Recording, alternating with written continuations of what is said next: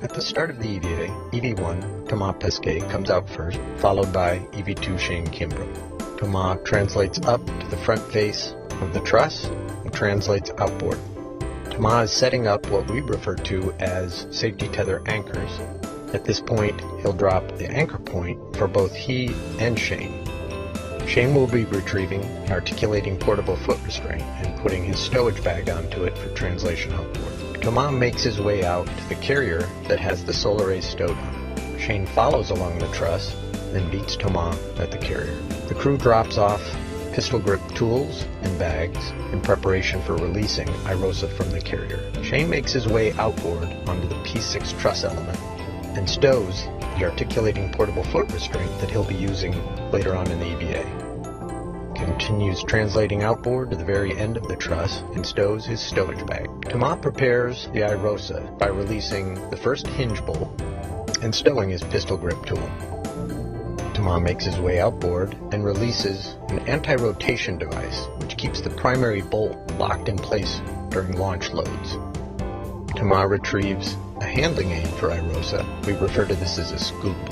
Meanwhile, Shane retrieves a crew lock bag and installs it on the lower support truss of the mod kit. He retrieves another scoop, another handling aid, and installs it on the mounting bracket of the mod kit.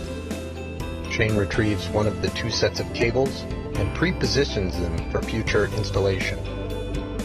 Shane retrieves his pistol grip tool and makes his way back inboard to join Thomas. Thomas prepares the release bolts down to the last few turns. Thomas installs one of the handling aids and makes his way back around Irosa.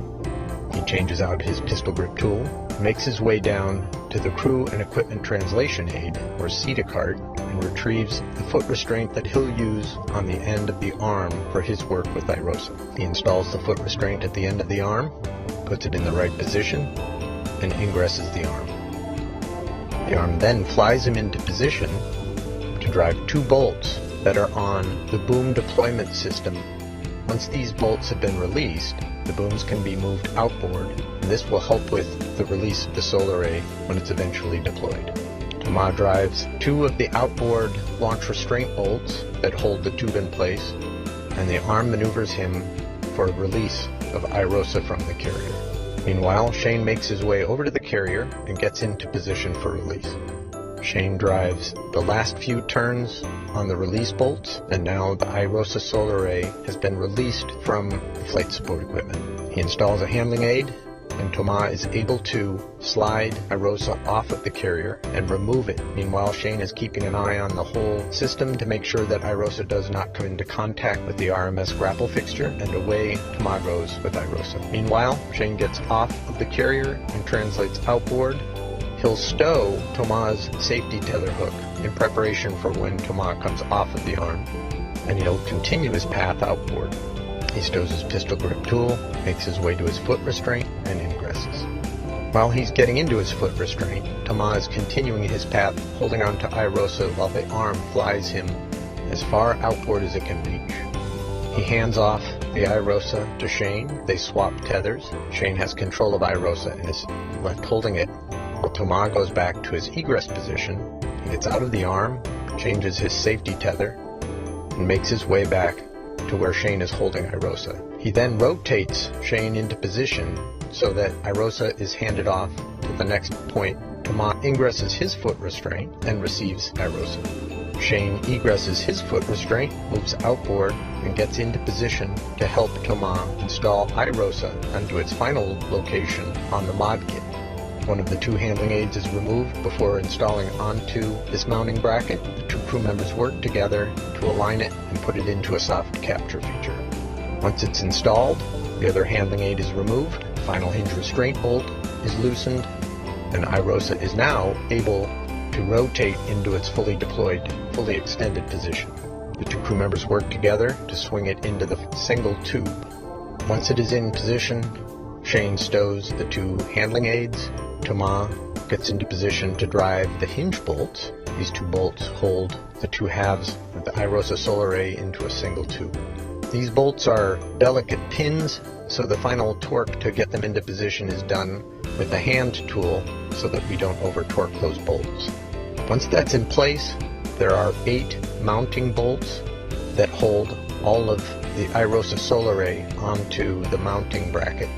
Thomas will drive the first 4, followed by Shane driving the second set of 4. Shane and Thomas will work together to install the electrical cables that hook up to iROSA. One set goes to the right side and the other set goes to the left side, and they are finally hooked up in place on the legacy solar arrays. That's done during eclipse. After those cables are installed, the crew gets into position to drive the final 2 bolts that are holding iROSA in the pre-deployed position. Once these 2 bolts have been driven, iROSA is free to extend itself into its deployed position.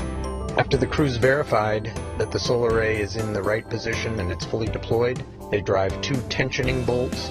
This allows the sail to be tensioned into its final configuration.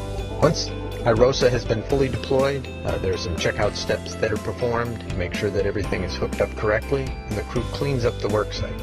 They retrieve the handling aids, pistol grip tools, then they prepare for the second EVA in the series. To do this, they take their foot restraints and move them to the other side of the P6 truss structure. This will be the worksite for the second EVA. Each crew member has their own foot restraint, and they'll move them to the other side.